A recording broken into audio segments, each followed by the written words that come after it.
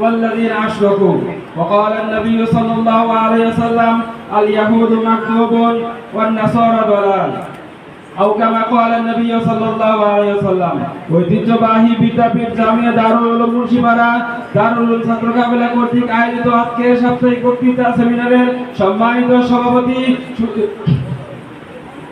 বিজ্ঞ বিচারক মণ্ডলী এবং আমার সামনে উপবিষ্ট বাংলা প্রত্যন্ত অঞ্চল থেকে আগত এলএমটি ভাইদেরকে জানাই আন্তরিক মোবারকবাদ। আজকে ছাত্র কাফেলা থেকে যে বিষয়টি নির্ধারণ করে দেওয়া হয়েছে ইনশাআল্লাহ তার উপর কিঞ্চিত পরিমাণ আলোকপাত করার চেষ্টা করব। 19 শতকের শেষ দিকে যখন ইউরোপ ও ইহুদিদের মাঝে জায়নাবাদ নামে রাজনৈতিক আন্দোলন শুরু হয়, এই আন্দোলনের মূল লক্ষ্য ছিল ফিলিস্তিন ভূখণ্ডে ইহুদি রাষ্ট্র প্রতিষ্ঠা করা। অথচ ফিলিস্তিন রাষ্ট্র তখন মুসলমানদের ছিল, তারা সেখানে শত শত বছর থেকে বসবাস করত।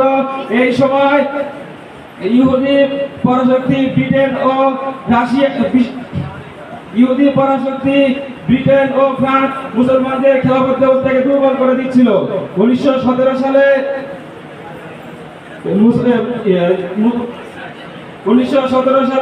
ফিলিস্তিনে রাষ্ট্র ঘোষণা ইসরায়েলের রাষ্ট্র ঘোষণা করা হয়, যেটা ছিল ফিলিস্তিনিদের উপর চরম অন্যায় ও অত্যাচার। ফিলিস্তিনিদের উপর এই অন্যায় এবং অত্যাচার এটা পরিপূর্ণভাবে জুলুম ছিল। জাতিসংঘ